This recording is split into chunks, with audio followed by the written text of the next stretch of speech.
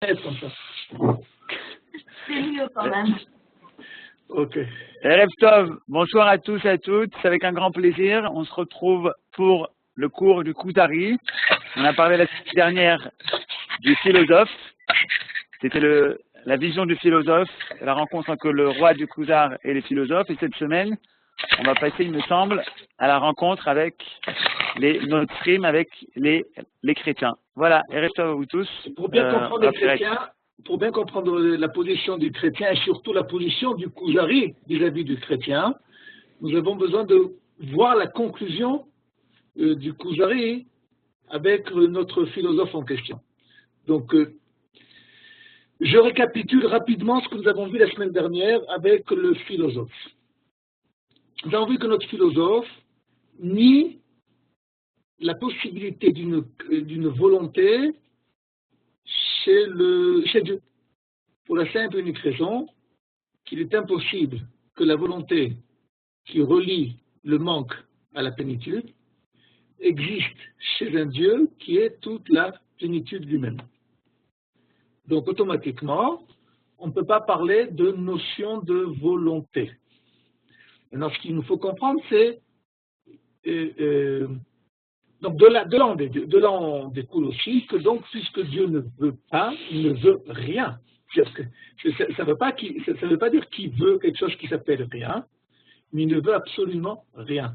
Donc et puisque la création provient d'une volonté, donc automatiquement il ne peut pas avoir de volonté de création puisqu'il n'y a pas de volonté divine qui amène à cela.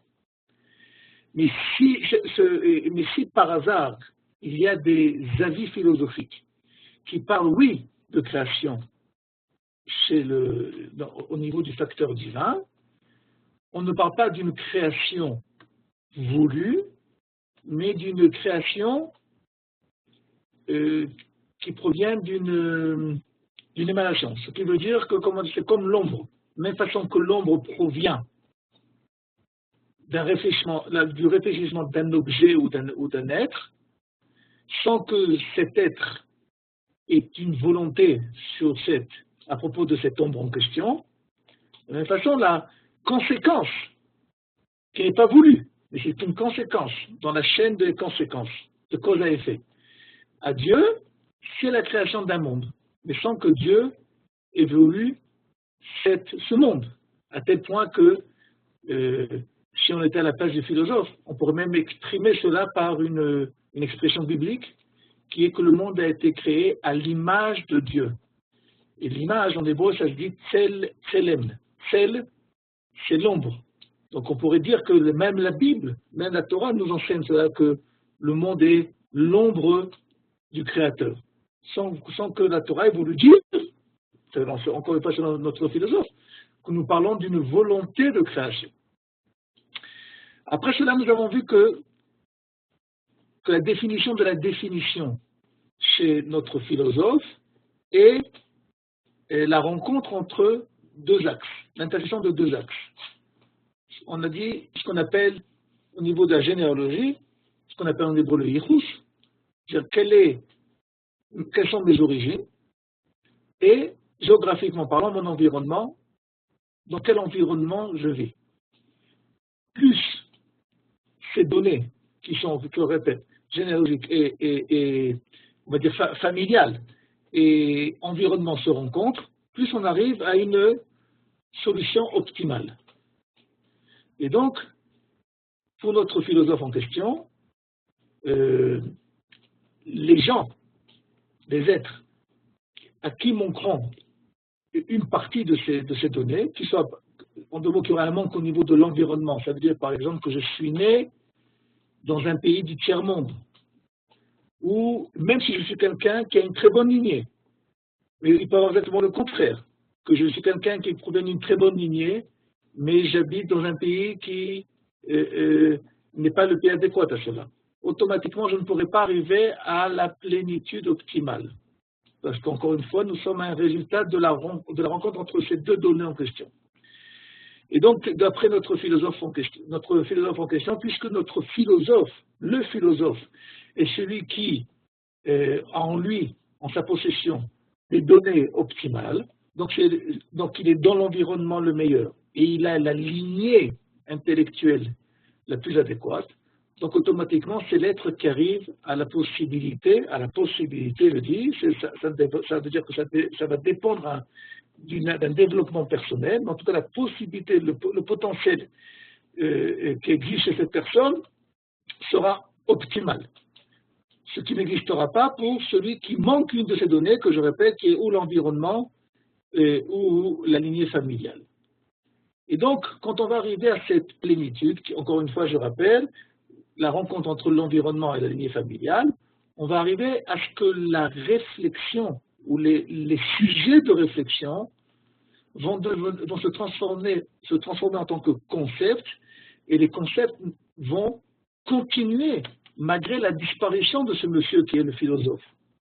Ça veut dire que si on parle, on va donner un exemple, quand actuellement on parle de philosophes tels que Platon, Aristote, ou même d'autres, Voltaire et ainsi de suite, et on n'en parle pas en tant que personnalité, en tant qu'être vivant, puisque ces êtres-là ne sont plus de notre monde. Mais on en parle en tant que, au niveau des concepts qui nous ont laissés dans l'héritage mondial, dans l'héritage de notre culture.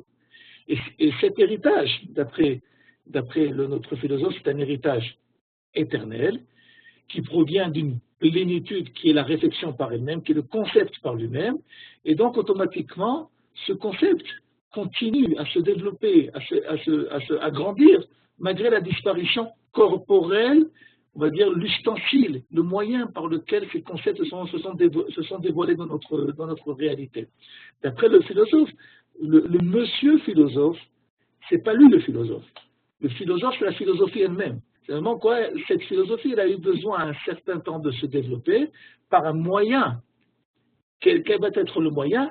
L'être qui va nous faire rencontrer et connaître cette philosophie, qui a un laps de temps de vie, 70 ans, 120 ans, ainsi de suite. Une fois qu'il a fait son travail, il va disparaître. Et ce qui est important pour nous, c'est de continuer à avoir un lien avec ce concept éternel. Et donc, d'après les philosophes, c'est ça, c'est la définition du divin. Puisque ces concepts sont éternels, lorsque le philosophe parle d'éternité, il parle de concept. C'est ce que nous avons essayé de faire la différence entre ce qu'on appelle le sechel apoel et le sechel anifal. Ça veut dire entre les concepts et la possibilité de pouvoir réfléchir sur ces concepts.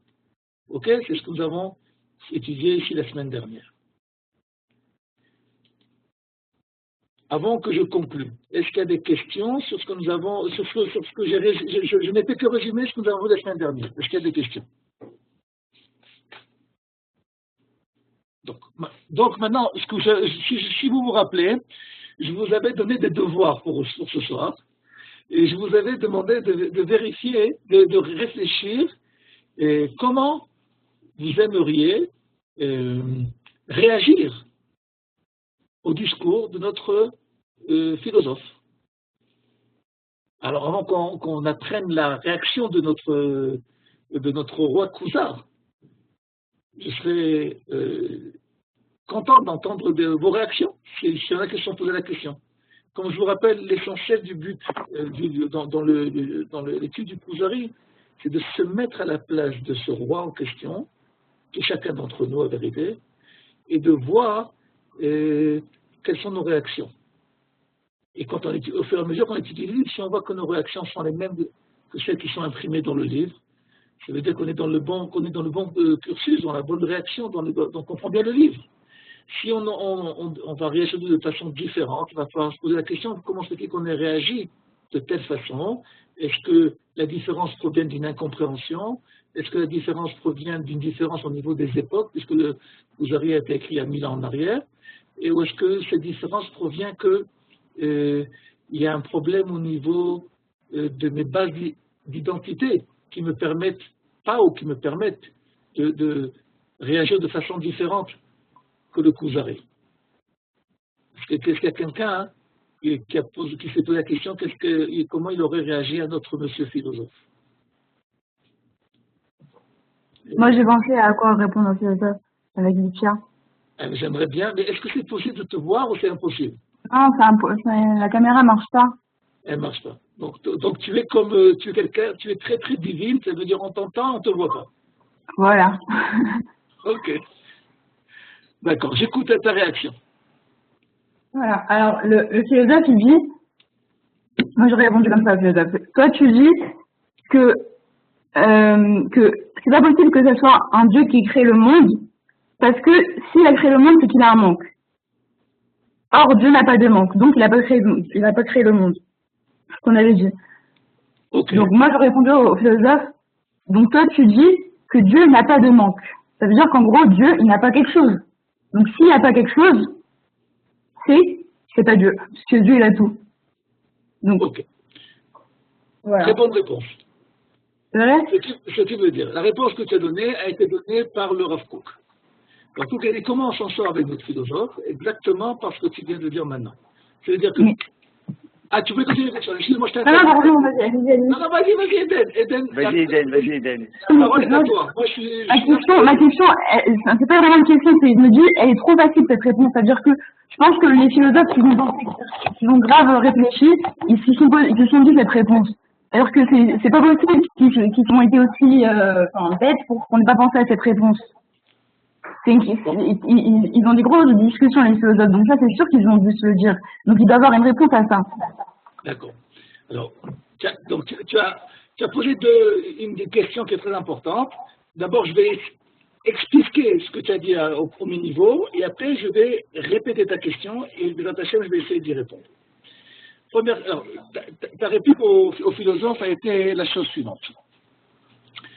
C'est vrai que, on va dire, logiquement parlant, il est difficile de penser à un manque dans le monde de la plénitude, le monde divin. Comme l'a expliqué le philosophe, donc puisque Dieu est la plénitude, il ne peut pas avoir de manque, et donc automatiquement il ne peut pas avoir de volonté. Mais ce mécanisme ou cette logique, elle existe, comme chaque mécanisme ou chaque logique, dépend d'une hypothèse. L'hypothèse, elle est que nous vivons dans un système où la plénitude est le résultat de la somme d'étapes. L'étape la plus élevée, le résultat le plus haut, dans le monde mathématique, c'est le résultat summum, c'est le côté optimal de la réalité. Donc, mathématiquement parlant, dans le monde de la mathématique, la plénitude, la shlemut, comme on dit en hébreu, c'est la somme, c'est le résultat d'une opération mathématique. Mais comme je dis, c'est seulement à l'échelle mathématique. C'est selon l'hypothèse que je suis en train de réfléchir à un problème de façon mathématique, et que la seule façon de réfléchir à ce problème, c'est une façon uniquement cartésienne mathématique. Maintenant, qui a dit que c'est la seule solution, c'est la seule hypothèse à notre réflexion? Bien le Rav Kook, il dit qu'il y a une autre perception de la plénitude, qui n'est pas le summum du résultat, si vous voulez le sommet, mais qui est la possibilité d'être tout en même temps, au même moment. Ça veut dire, je vais donner un exemple de quoi on parle. Si je suis un prof de maths à l'échelle du professeur Einstein, alors a priori je ne peux enseigner les maths qu'à un niveau très élevé des maths. C'est-à-dire que ce sont ceux qui ont passé maths sub, maths p et au-delà de cela. Donc a priori, si on réfléchit mathématiquement parlant ou académiquement parlant, puisque je suis celui qui est sur la seule adresse scientifique à ces gens qui ont un certain niveau, je suis une certaine plénitude. Mais si on parle de la plénitude éducative, si M. Einstein ne sait pas enseigner 2 plus 2 à un enfant de cours préparatoire, cette impossibilité, malgré son côté, on va dire, génie qui est en lui, est un manque. parce qu'il n'est pas capable d'enseigner, ou il ne veut pas enseigner, 2 plus 2 égale 4 à un enfant de cours préparatoire. Donc, éducativement parlant, il sera dans un manque de la création. La possibilité d'être chalem, entier, au niveau du judaïsme, comme l'a expliqué le Rav Kook, c'est la possibilité de pouvoir être tout en même temps. Ça veut dire que l'avdil, en faisant séparation, je suis capable d'être un prof de maths, par Matsup, et je sais aussi expliquer 2 plus 2 égale 4, et pour moi, j'ai la même joie et la même satisfaction quand je le fais. Parce que j'ai un but dans ma vie qui est de faire le bon, de faire le bien. Si le bon et le bien passent par l'explication à un enfant que 2 plus 2 égale 4, et que le bon va passer par l'explication d'une équation à 3 inconnus, ok, au niveau de la satisfaction que j'ai aidé quelqu'un, que je l'ai fait progresser, ça doit être la même. Et que si cette progression, si cette satisfaction, elle va provenir d'une jouissance personnelle que j'ai réfléchi plus quand j'ai dû résoudre un problème d'une équation à trois inconnus que d'avoir expliqué que 2 plus 2 égale 4, ça provient d'un manque au niveau des perceptions qui sont dans ma personnalité. Ça veut dire que je ne suis pas capable d'avoir une jouissance dans tout ce que je fais pour tout le monde. Donc c'est moi le problème. Et donc le Rav Kook va nous enseigner la chose suivante.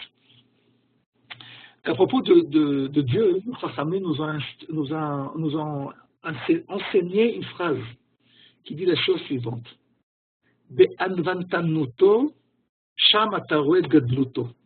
Dans sa modestie de Dieu, c'est là-bas que tu vois sa grandeur. Parce qu'imaginez-vous un roi qui est censé s'occuper de problèmes de l'ordre d'État, les guerres, l'économie d'un pays, et qui va devoir s'occuper de cas isolés de gens qui n'ont pas à manger.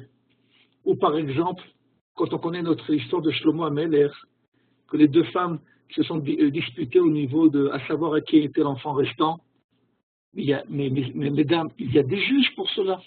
C'est pas la peine d'aller déranger le roi pour cela. Le roi, il a d'autres choses à faire que de régler des querelles de 2 mamans qui se disputent à savoir à qui est cet enfant. C'est que, et pourtant, on voit que Shlomo Ameler nous enseigne par son comportement, par un réfléchissement divin, de quoi Dieu s'occupe. Dieu s'occupe, et si on peut dire, de façon omniprésente, aussi bien de raisons d'État que de s'occuper des cas les plus simples de la vie, donner à manger à des gens, trouver des mamans à des êtres abandonnés. Et cette possibilité de pouvoir avoir on va dire une inquiétude divine, une jouissance divine, pour tous les êtres, à tout moment, sans aucune différence de classe, sans aucune différence de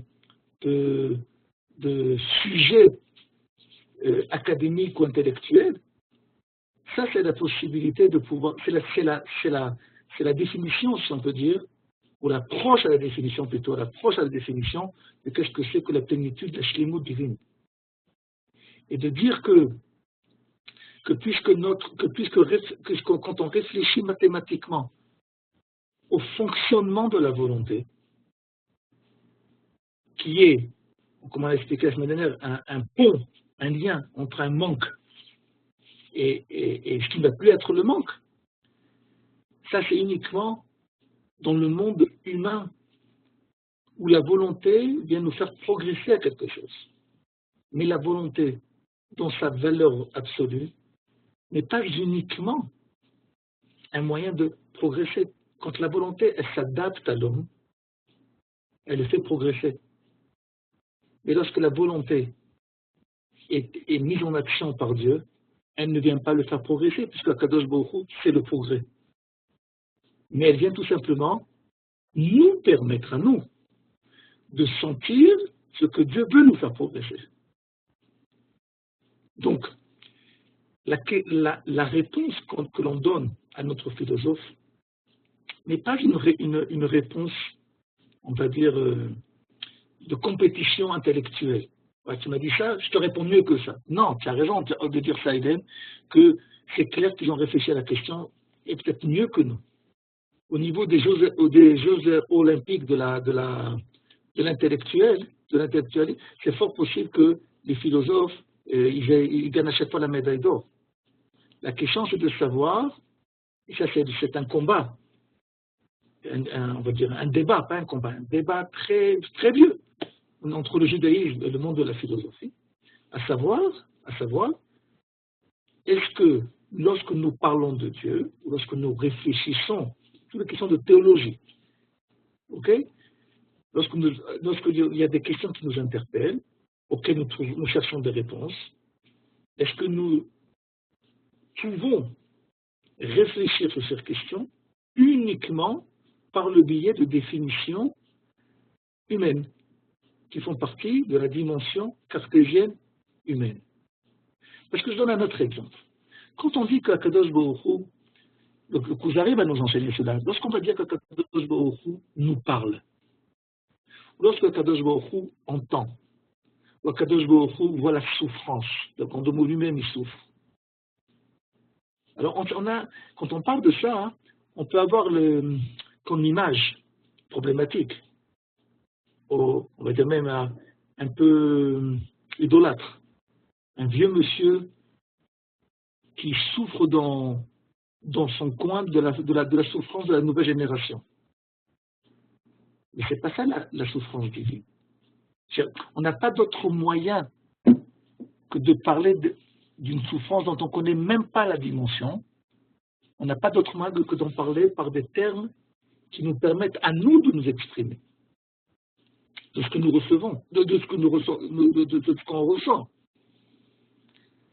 Vous savez quoi, il y a un exemple très simple pour cela actuellement.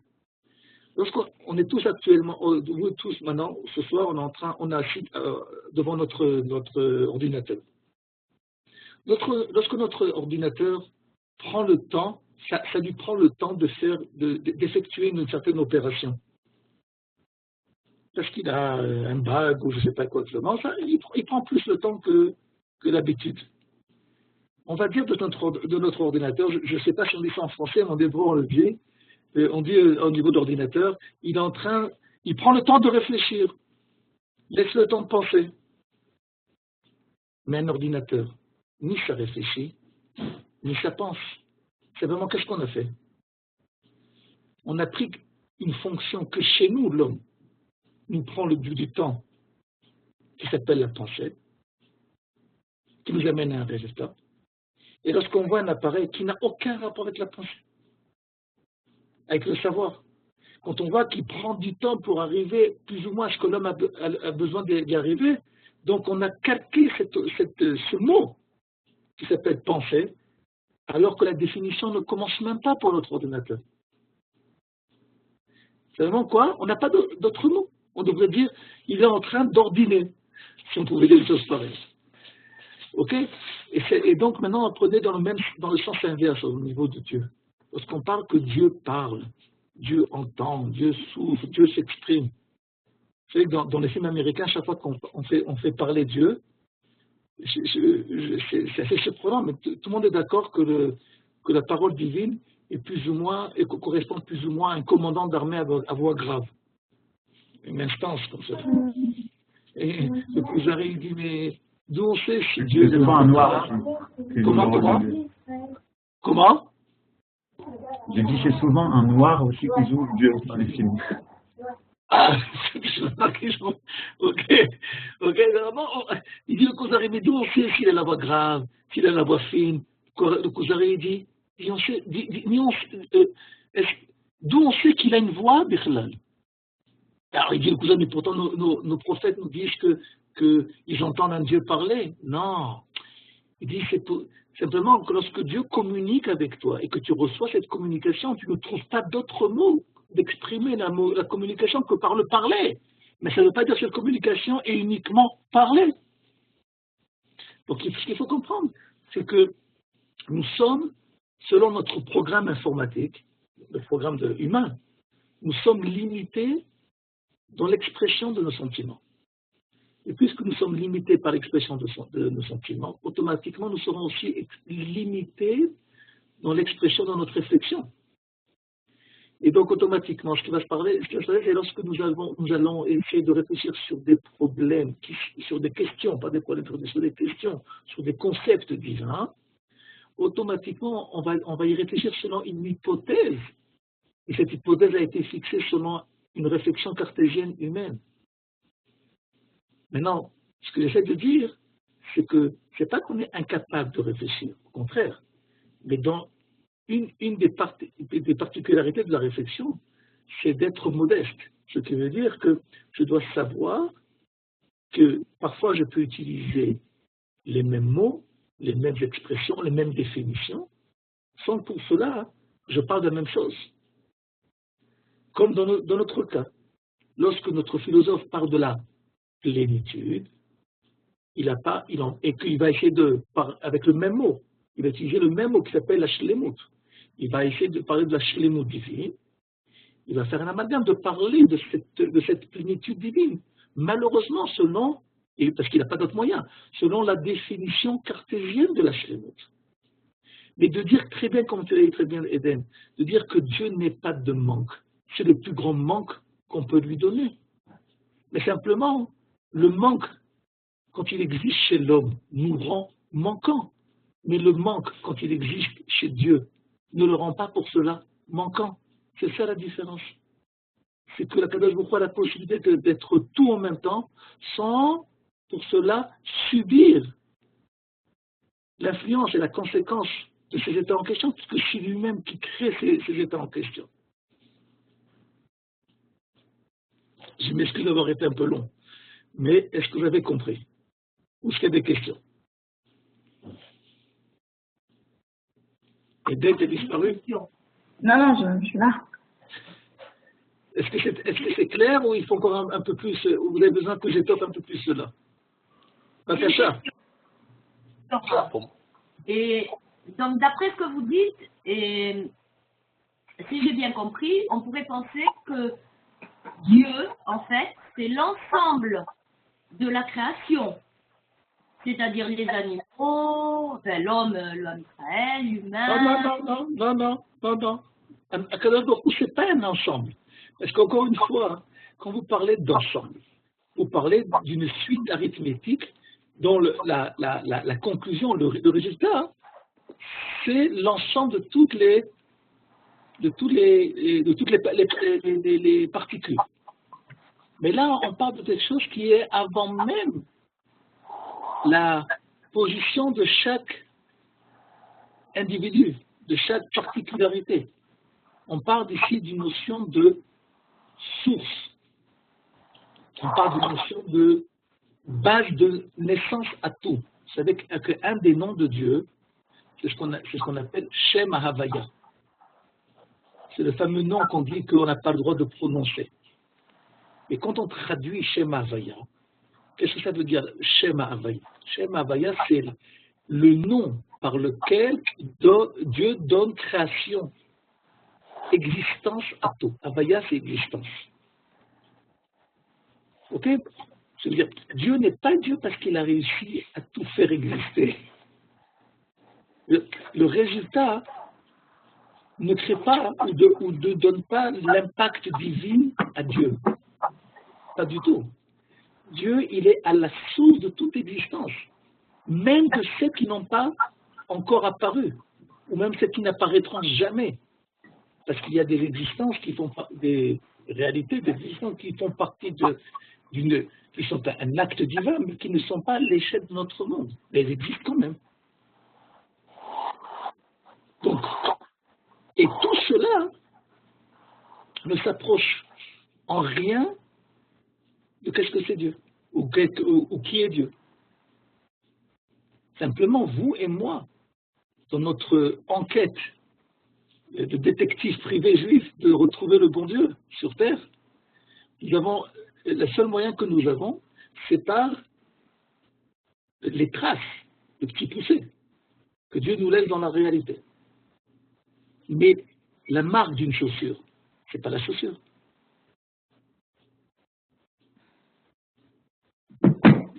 C'est clair? Pour mieux essayer de s'appeler l'erreur qui a failli être dit maintenant ici, c'est plus ou moins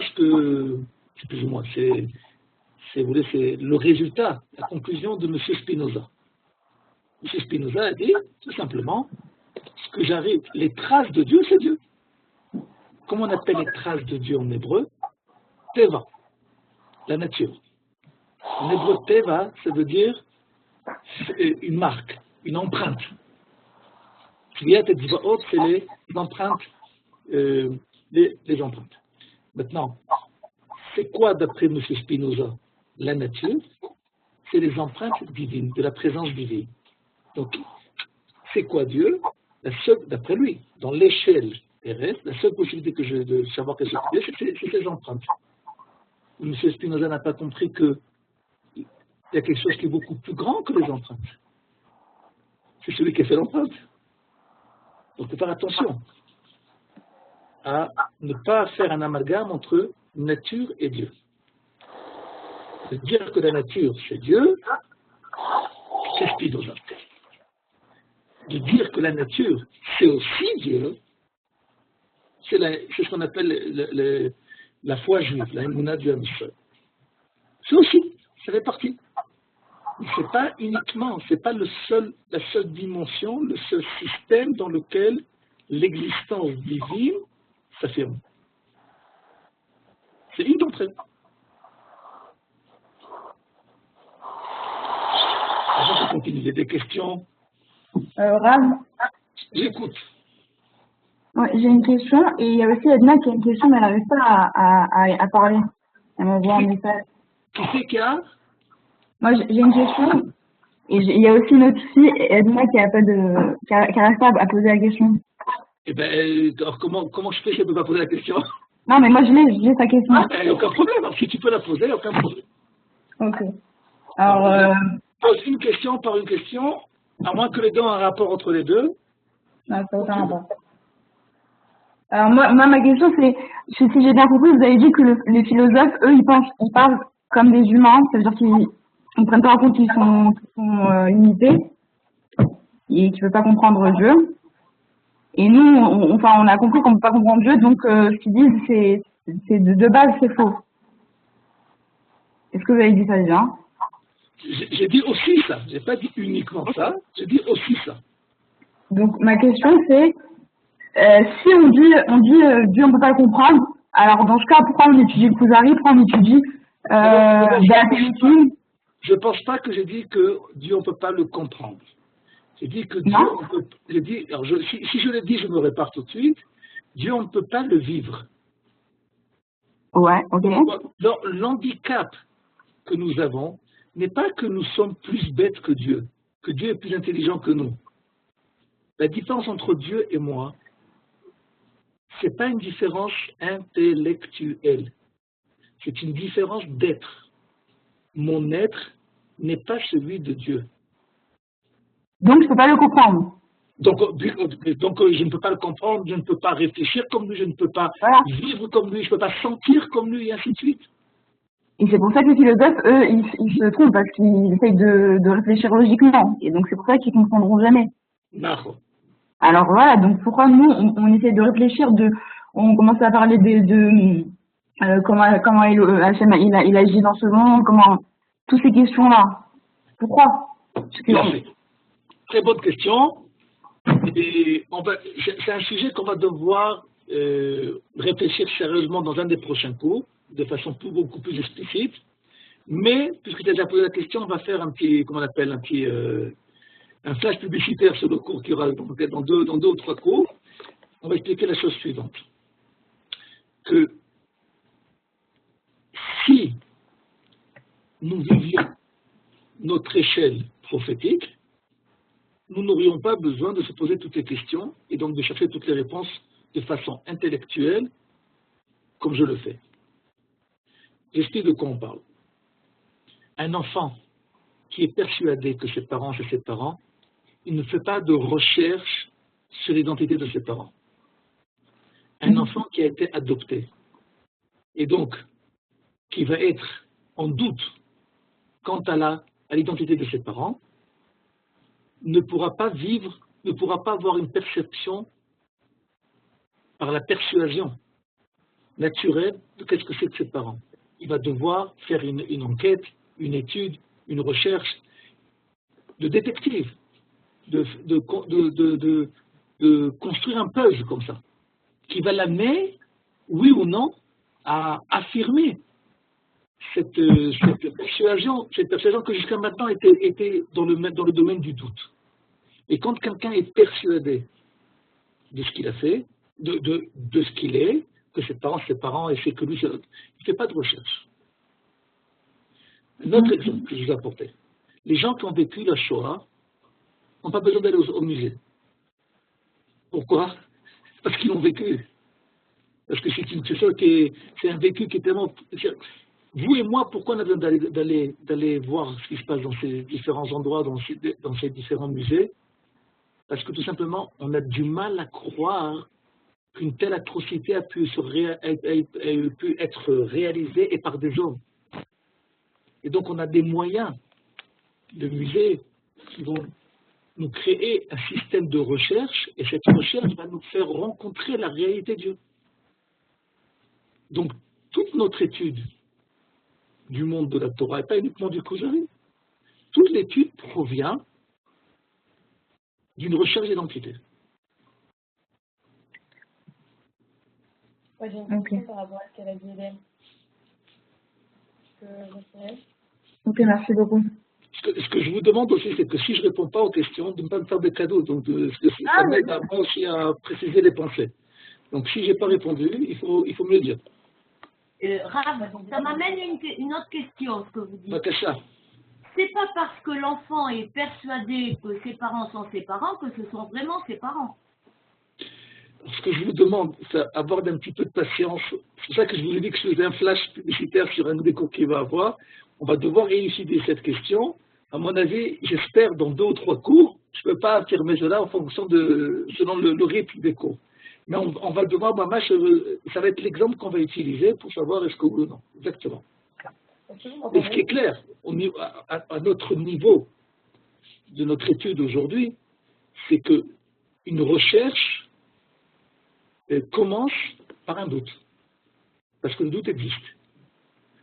Où il n'y a pas de doute, il n'y a aucune recherche. Eden, il y avait une deuxième question, si je ne me trompe pas. Oui, alors je lis parce que je ne l'ai pas encore lu. Okay. Alors elle a dit, le Rav a dit que ce qu'on dit sur Hachem, c'est notre vision, et après elle répond non, mais non parce que c'est Hachem qui a fait écrire à Moshe la Torah, et il a écrit avec tous les verbes parler et parler. Ok, j'ai compris la question. Par contre, on n'a jamais vu le verbe que Hachem a fait ressentir. Que Hachem a fait ressentir ou que Hachem sent lui-même? Il nous fait ressentir. Elle a dit dans la Torah, il a écrit parler et on n'a jamais vu qu'Hachem il a fait ressentir, si j'ai bien compris sa question. Ok, alors admettons que oui. Alors c'est quoi la question? On n'a jamais vu que Dieu a fait ressentir. Ça veut dire donc. Elle écoute ce que vous avez dit. Que Hachem ça veut dire que si il a écrit dans la Torah, tu as écrit que Dieu a parlé, donc c'est qu'il a parlé. Ce que je comprends de sa question, alors. Maintenant, je ne sais pas si c'est ça, si c'est pas là du moins. Si on comprend la question, selon notre compréhension de la question, je vais essayer de résumer la question et d'essayer de répondre à la question. La question qui a été posée, c'est la suivante. On voit que dans la Torah, il y a des termes qui ont été employés au niveau de la télécommunication entre Dieu et l'homme et Dieu, et d'autres termes qui n'ont pas été employés. Pourquoi? D'après selon la question, c'est pour nous faire comprendre que ceux qui ont été employés, ils existent. Quand Dieu a dit qu'il a parlé, donc ça veut dire qu'il a parlé. Et ceux qui n'ont pas été mentionnés, tout simplement pourquoi? Parce que Dieu ne l'a pas fait. Donc si Dieu n'a pas marqué qu'il a fait ressentir les choses, c'est que les choses n'ont pas été ressenties. Réponse. Comme on dirait en français, aucun rapport avec la choucroute. J'explique de quoi on parle. Même si la Torah, elle a dit X ou moins X, ou Y et moins Y, ça n'a aucun rapport avec ce que je suis en train d'expliquer. Ce que j'essaie de faire comprendre, c'est que même si quand la Torah dit que Hashem et Moshe des mots, que Dieu a parlé à Moshe, Moshe il est en communication. Ça veut dire quoi? Ça veut dire qu'il reçoit un message. À propos de Moshe, c'est écrit noir sur blanc que Moshe parlait à Dieu comme deux hommes parlaient un à l'autre. Mais les autres prophètes, aussi bien selon l'avis du Rambam, que la plupart des décisionnaires de son époque, personne ne recevait de prophétie de voix à oreille, par les voies naturelles de l'audition. Tout passait par une illusion, une allusion, un évanouissement, un sommeil, un rêve. Simplement, le message était tellement clair dans cette apparition divine que le prophète disait « Dieu m'a parlé ». Mais Dieu n'a pas parlé comme vous et moi on parle maintenant. C'est-à-dire, la clairvoyance des choses, c'est comme quelqu'un, il vous dit, Chas de Shalom, après que ses parents sont décédés, il vous dit ah, j'ai parlé à mon père cette nuit. Comment n'est pas ton père? C'était en rêve. Mais lui, l'expérience qu'il a eue, c'était une communication. Et dans cette dimension des choses, il appelle ça parler. Ce qu'il faut comprendre, c'est que Dieu n'est pas limité, loin de là, à nos moyens de télécommunication pour pouvoir nous parler. C'est vraiment nous sommes limités dans l'expression de ce que nous ressentons de Dieu. Ok, je donne un exemple. Lorsqu'on dit que dans un mois c'est Pessah, on va dire que Dieu a vu la souffrance des Bnei Israël et qu'il s'est rappelé des Bnei Israël. Ça veut dire quoi? Quand on parle d'un rappel, en général dans l'échelle humaine, à l'échelle humaine, il ne peut y avoir de rappel que si la chose a été oubliée. Ça vous vient à l'esprit que Dieu oublie les choses? Ça vous a l'air tellement un Dieu qui oublie les choses, ça vous a l'air vraiment un Dieu? Donc, le Maharal de Prague, le Kuzari, ici, il va nous expliquer qu'est-ce que c'est que l'oubli à la dimension divine. Mais quand moi, je vais voir que Dieu va s'occuper de moi, je vais essayer de traduire selon le langage humain que j'ai. C'est la seule chose que j'ai. C'est le seul programme informatique que j'ai. Okay, de quoi faire? Je vais essayer d'exprimer. Qu'est-ce que ça veut dire pour moi? C'est à partir de maintenant, Kadosh Baruch Hu, il a décidé de quoi faire, de s'occuper de moi. C'est comme un enfant, hein. Il voit que son papa ou sa maman, il lui donne quelque chose maintenant. Alors un enfant, qu'est-ce qu'il peut avoir comme impression? Que jusqu'à maintenant, ses parents, ils n'étaient pas occupés par lui. Ils l'ont oublié. Mais est-ce que l'enfant, il sait dans sa petitesse ou dans son petit monde que ses parents, ils pensent à lui du matin au soir, comment lui faire du bien? C'est vraiment quoi? Il y a des moments où ils doivent préparer les choses, il y a des moments où quoi, ils doivent s'adresser à lui de façon active. Mais l'enfant, qu'est-ce qu'il reçoit? Qu'est-ce qu'il voit? Il voit uniquement la relation active des choses.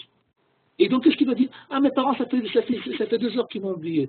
Ça fait pas 2 heures qu'ils m'ont oublié, ils sont en route pour venir te prendre à l'école. Ça ne peut pas oublier, ça. Ok? Donc, il faut comprendre que lorsque la Torah nous parle, elle nous parle de nous-mêmes. Elle nous parle en fonction de ce qu'on ressent, de ce que Dieu nous aimait. Aimer, E-M-E-T, hein, émettre.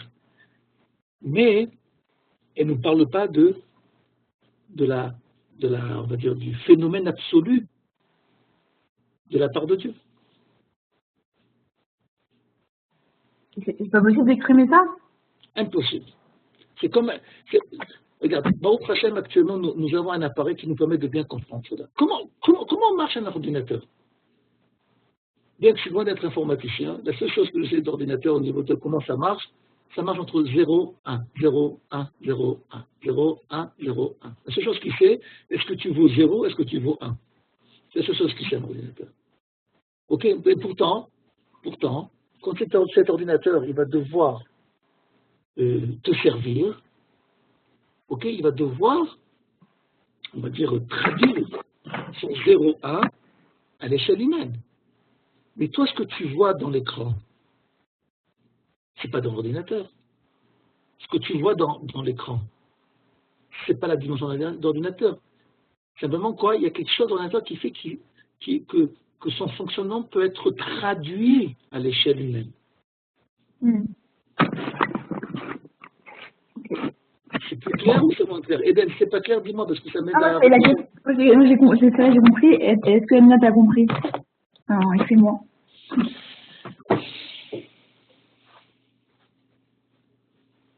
On continue ou il y a des questions? Elle a compris. Question par rapport à Hélène, qu'elle a dit. J'entends pas. Vous m'entendez là ou pas?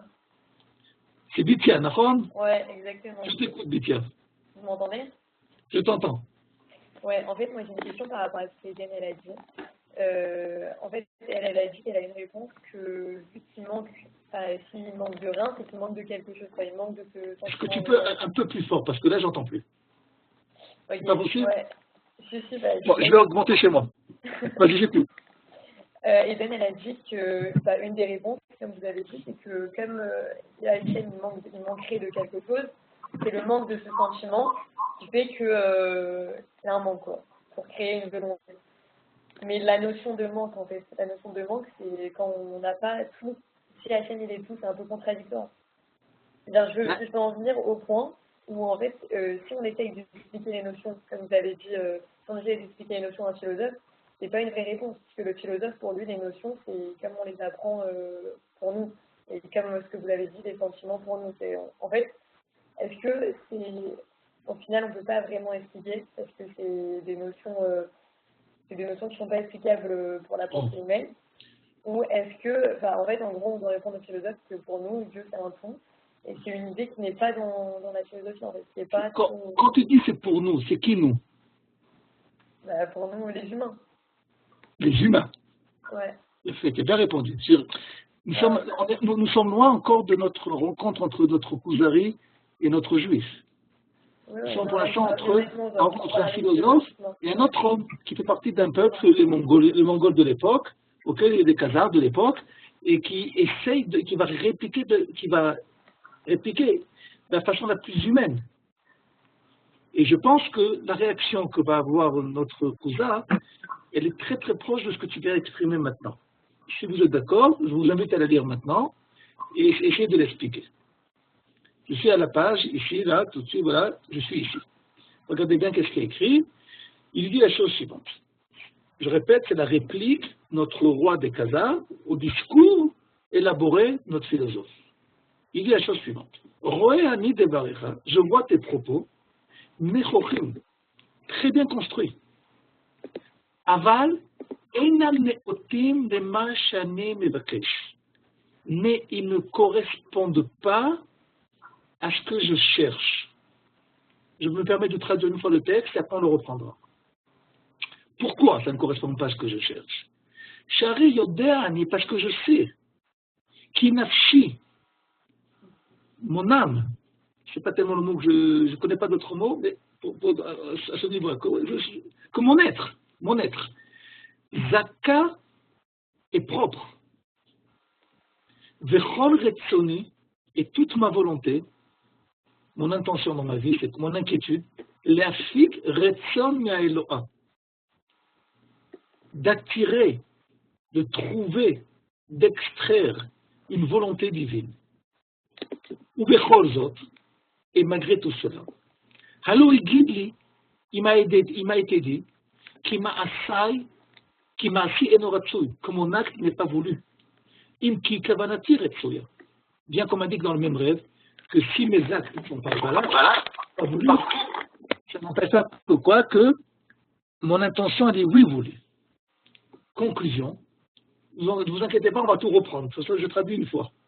Conclusion. Yesh efo. Conclusion. Belos safek, sans aucun doute, il existe, ma'aseh, un acte, ratsui, voulu, mitzad atzmo, par lui-même, de lui-même, velo mitzad kavanat oseo, et que cette volonté, elle n'existe pas de celui qui l'a voulu, cet acte. Ça veut dire, on n'a pas affaire à une volonté qui provient de l'intention de l'homme, mais une volonté qui provient de l'acte en lui-même. J'explique. Et je pense que Bithia, d'après la question que tu as posée, que tu as mis le doigt dessus, comme on dit. Qu'est-ce qui se passe? C'est un phénomène qu'on peut retrouver dans plusieurs cas, où on va expliquer, on va nous expliquer 50 000 choses. Et l'explication, elle est extraordinaire. L'explication, elle est extrêmement bien construite. Simplement quoi? On ne la ressent pas. On ne sent pas la chose. Il y a un décalage entre ce que je suis en train de comprendre et ce que je suis en train de vivre. Et je vous rappelle l'état psychologique de notre roi en question. À qui nous avons affaire? Nous avons affaire à un monsieur, et je vous rappelle que ce monsieur c'est chacun d'entre nous, qui chaque soir rêve du même rêve à maintes fois. Et dans ce rêve, il revient de façon incessante et agaçante, on lui répète la même chose. Kavanatra retsuya bene Eloha, que tes intentions sont voulues aux yeux de Dieu, tes actes, et donc, puisque ce rêve revient à chaque fois à cette personne, il est impossible pour lui d'être dans un état de comprendre ce que son vécu lui refuse d'accepter. Parce que dans son rêve, auquel il cherche une compréhension, une explication, il y a un vécu, il y a une sensation très très forte. Et dans cette sensation très très forte, qu'est-ce qu'on lui dit? On lui dit qu'il existe une volonté. Et que cette volonté, elle peut être oui négative ou oui positive au nom de ce bon Dieu. Et qu'est-ce qu'il lui dit au niveau intellectuel, notre philosophe en question? Il lui dit en deux mots, ton rêve c'est de la bêtise. Ton rêve n'a aucune valeur. Tu es en train de nous casser la tête. Parce que tu me racontes un rêve qui n'a aucune valeur existentielle. Parce qu'un bon Dieu ne veut pas. Et notre roi en question refuse cette explication. Pourquoi? Parce qu'il est agacé, il est interpellé par son rêve, qu'il ne lui laisse pas la possibilité de quoi faire, d'accepter l'explication de ce philosophe. Pourquoi? Parce que cette sensation, elle est beaucoup plus grande que quoi? Que cette explication. Et là, il va dire deux choses ici, notre roi en question. Il va dire, dans ce rêve, il est clair. C'est clair pour moi. Quand on m'invite, on m'oblige, on me contraint à quoi? À dévoiler, à identifier cette volonté. Et je vous rappelle qu'on avait étudié auparavant que notre monsieur en question, notre roi en question, il avait essayé de faire même chose, et que chaque fois, plus il arrange les choses, plus le rêve, il revient. Ça ne le lâche pas. Et donc, ne rien faire, ça ne va pas arranger la chose. S'il va faire s'il va, on peut dire, appliquer la recette de notre philosophe, qui lui dit, laisse tomber, toute cette volonté, c'est une histoire inventée. Ce qui va se passer, c'est que ce rêve ne va pas le lâcher. Il va pas arriver à se tranquilliser par l'explication de notre philosophe. Donc, en deux mots, il se retrouve dans la même inquiétude, dans la même recherche, dans le même point d'exclamation, d'interrogation. Et là, maintenant, il va avoir le point d'exclamation. Yesh est faux, c'est la raison pour laquelle il est convaincu de quelque chose. Et là, je fais une petite préface de quelque chose, que même s'il ne va pas être d'accord avec notre philosophe, et loin de là, il va progresser dans sa recherche. Et il va découvrir la chose suivante, qui est que la volonté, que la définition de la volonté n'est pas liée forcément à l'homme, à l'intention de celui qui va réaliser cet acte. Ça veut dire que pour pouvoir, comme on avait donné l'exemple, pour pouvoir vouloir une glace, il faut que X veuille une glace. Non. Il va arriver à la conclusion que c'est possible qu'il existe une volonté qui est avant la volonté de l'homme. J'ai l'habitude d'expliquer cela, de dire qu'il y a une volonté qui est une volonté consommatrice. Quand je veux une glace, ça veut dire que je veux consommer une glace. Mais pour que je puisse consommer une glace, il a fallu qu'il y ait quelqu'un qui introduit dans ce morceau de glace l'objet de la glace à la fraise. Moi, en voulant la glace à la fraise, je vais tout simplement consommer cette volonté qui s'appelle glace à la fraise. Et donc, il va comprendre ici quelque chose, ici, notre Kuzari, qu'il existe dans notre monde, c'est possible qu'il existe dans notre monde une volonté qui ne dépend pas de la volonté, qui ne dépend pas de l'intention de l'homme de consommer quelque chose, de réaliser quelque chose, de fabriquer quelque chose, mais tout simplement de fixer l'identité aux choses. Et ça, en français, on comprend, parce qu'il y a ce qui s'appelle le côté objectif des choses et le côté subjectif des choses. Quel est entre les deux? Par exemple, je donne un exemple. J'ai un stylo ici, dans la main.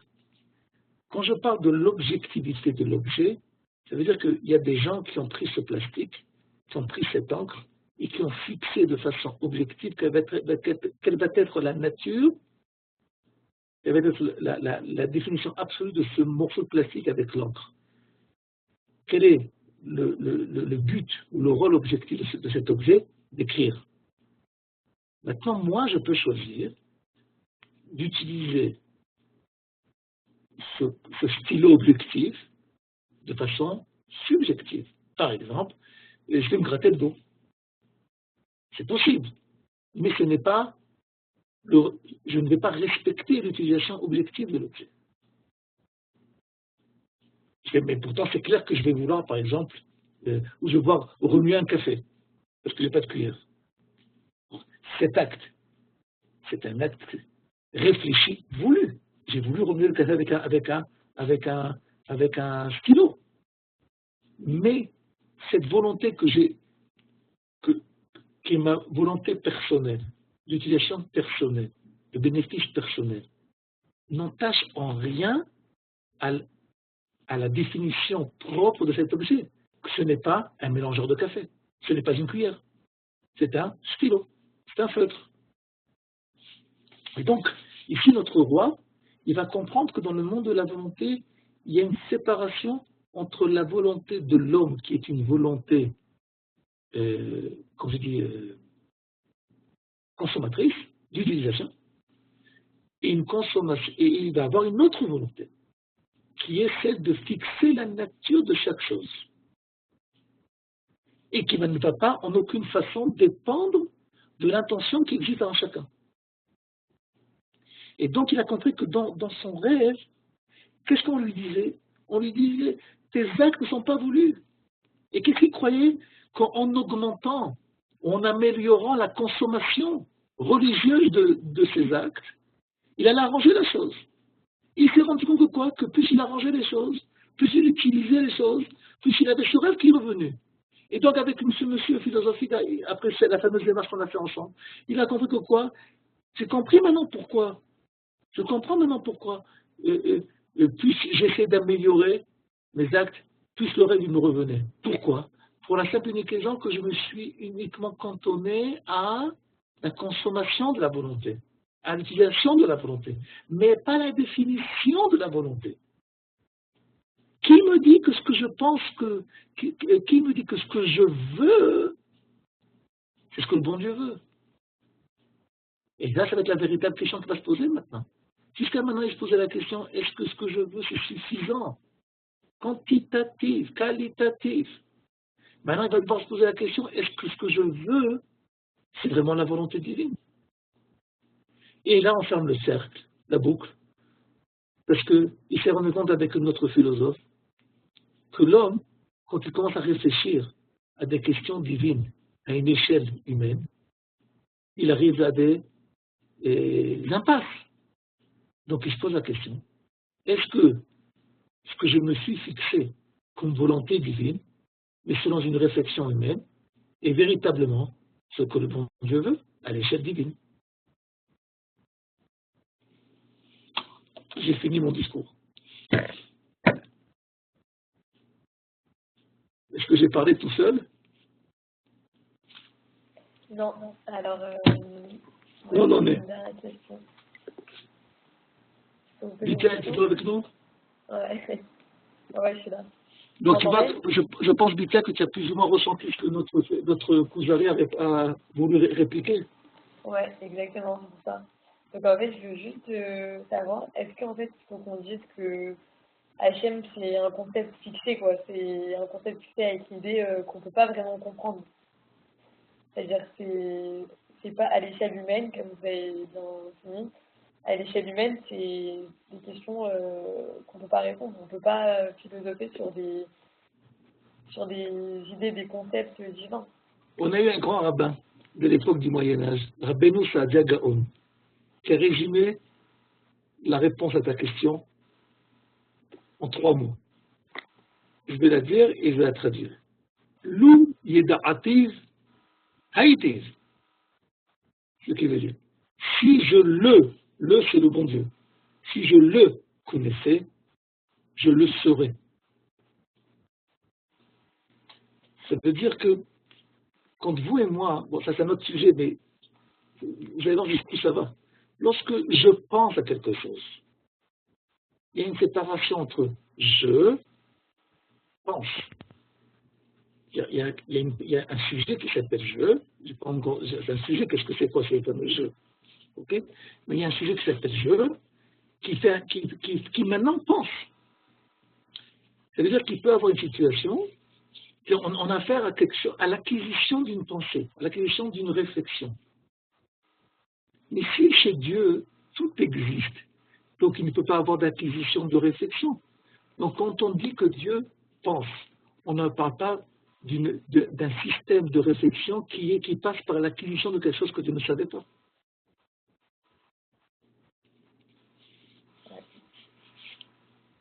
Alors, dans ce cas-là, toute réflexion est inutile. Dans ce cas-là, c'est que quand on va essayer de réfléchir, si nous vivions la prophétie, la réponse à votre question aurait été très simple, exactement. Mais comme nous ne vivons pas pleinement actuellement la prophétie, nous avons des problèmes de télécommunication prophétique, donc nous sommes obligés de jouer le rôle du détective, de regrouper des preuves qui m'amènent à cette perception prophétique perdue. Et comment je fais cela? Comment un détective agit? Par l'élimination des preuves les moins sûres. Et la moins sûre, pour lui, c'est la preuve. Mais est-ce qu'il a la persuasion à 100% de ce qu'il dit?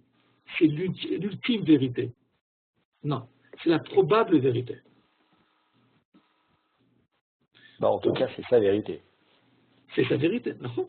Et c'est clair que lui, il en est persuadé, parce qu'après, selon le processus qu'il a entamé, qu'il a vécu, qu'il est arrivé, il est tellement dans cette réflexion et dans ce procédé qu'il y croit. Il est vraiment là-bas. Mais il faut savoir que lorsque nous étudions notre Torah, surtout quand nous étudions tous les sujets de la Emouna, surtout ces sujets, la seule chose que nous essayons de faire, c'est de créer ce fameux, on va dire, domaine de définition autour de la question divine à laquelle nous n'avons pas de possibilité d'y arriver. C'est plus ou moins, entre parenthèses, c'est pas uniquement un machal, mais c'est une réalité. Par exemple, quand on lit le texte au niveau du don de la Torah, on savait qu'au niveau, autour du Har Sinaï, tout le monde pouvait camper, mais on n'avait pas le droit de monter sur le Har Sinaï, sauf Yoshua et Moshe. Okay? Pour nous faire comprendre qu'il y a certaines notions dans l'ascension divine. L'ascension, j'aime pas tellement ce terme, c'est un peu un terme chrétien comme ça. Okay? Mais dans notre perception divine, à propos desquelles elles sont pour nous comme Har Sinaï. Mais je peux savoir qu'est-ce qu'est Har Sinaï si je délimite le camp. Donc ce qu'on essaie de faire au niveau de notre étude de la Emouna, c'est essayer de délimiter de fixer quelles sont les limites de notre camp dans lequel nous avons le droit d'y être. Et quand on sait où on peut être, alors on comprend, pas on comprend, on a aussi connaissance, mais pas connaissance intellectuelle. On a connaissance de ce qu'on ne connaît pas, de ce qu'on ne peut pas comprendre, de ce qui est en dehors de notre programme informatique divin. Là-bas, c'est pas pour moi. Là-bas, c'est pas la dimension humaine. Je ne peux pas y arriver. Où on en est? Et si on finit à une conclusion comme quoi c'est... Répète plus fort, répète, je ne t'ai pas entendu. Donc en fait, on finit à une conclusion comme quoi on ne peut pas comprendre ces choses-là. C'est un concept, une idée qu'on doit accepter. On n'a pas une réponse fixe, c'est ça? C'est quoi ce concept que tu dois accepter? Je n'ai pas compris là. On a, comme vous dites, on n'a pas de réponse, de conclusion certaine, vu que c'est une dimension auquel l'être humain ne peut pas y arriver. À ce niveau-là de notre Kuzari, ok, quand on lit les phrases qui sont maintenant là en rouge, là, ces fameuses phrases que je viens de dire ensemble, ok, il est dans une conclusion intermédiaire. Nous sommes dans une enquête, ok, donc on est tout au début du livre. Nous sommes dans une enquête où notre Kuzari comprend deux choses. Je pense que cette conclusion est très importante on va la répéter parce que ça va nous permettre de pouvoir continuer la semaine prochaine sur le chrétien. Mais ce qu'il faut comprendre, c'est qu'il comprend ici deux choses. Première chose, qu'il existe, il peut exister une différence entre une compréhension, entre une explication philosophique la mieux construite qui peut être et un ressentiment. Ok? Ça veut dire que lorsque je dois expliquer qui c'est qui prend le dessus, d'après notre Kuzari, ok? Il dit si une explication n'est pas ressentie, une explication ne peut pas être uniquement comprise, elle doit être aussi ressentie. Si elle n'arrive pas à être digérée, c'est qu'elle ne peut pas être vécue. Et ce qui est important pour notre Kuzari, je vous rappelle, c'est de vivre les choses. Ce n'est pas uniquement de les comprendre. Ce qui n'est pas le cas pour la philosophie. La philosophie n'est pas forcément en symbiose avec le vécu de l'homme. Ce qui est important pour elle, c'est de fixer les concepts. Est-ce que ces concepts s'adaptent forcément à l'aventure humaine ou pas? C'est une autre question. C'est une autre question philosophique, on va dire. Okay? Donc nous, en fait, on ne pourra jamais leur répondre aux philosophes. On ne pourra jamais leur donner une vraie réponse.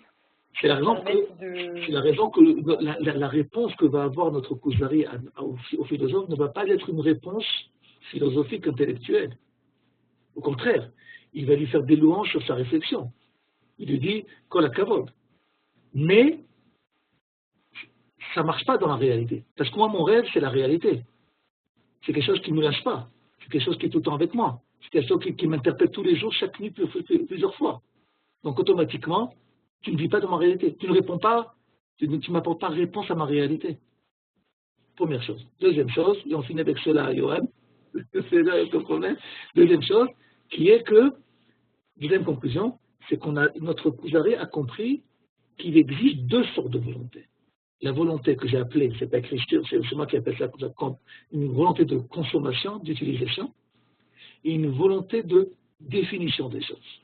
Et lui, jusqu'à maintenant, il pensait que la volonté est uniquement définie en fonction de sa consommation.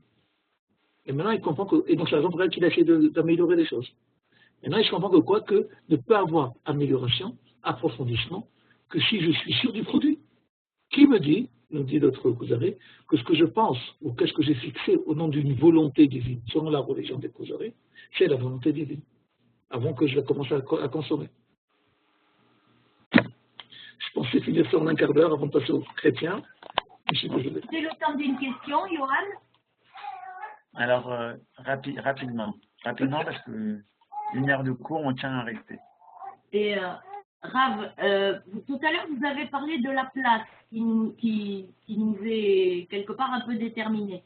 Est-ce que le fait de se poser des questions par rapport à Hachem et ça relèverait pas d'un refus d'accepter la place qu'il nous attribue et d'y rester, de vouloir un petit peu, pas exploser les limites, mais plus, enfin. Là, j'ai l'impression de me retrouver ou Beth Hillel ou Beth Shammai, comme on demande d'expliquer la Torah sur un seul pied, alors que bon, c'est vrai qu'on est tous assis. Mais c'est une réponse qui demande, c'est une très grande réponse. La semaine prochaine. Je propose que si tu as envie de nous rappeler ça la semaine prochaine et qu'on commence là dans l'espérance de pouvoir commencer le chrétien. On garde la question Chava pour la semaine prochaine. Garde-la, note-la, et si Dieu veut, Rav Peretz. Merci beaucoup à vous tous. C'était très sympathique de voir que tout le monde a participé, a pris la parole, donné son avis, posé des questions. Merci à vous, Rav Peretz. Et le prochain cours sur les modes, c'est demain soir. On a 2 cours. Ita Ashkenazi, la méthode Jemima, puis après Ronia Krish avec le livre des Télim. On se retrouve avec le Rav Peretz, donc la semaine prochaine sur fr.lesmodes.org. Merci, Shabbat Shalom et pour une Sameach déjà. Merci, bonne semaine.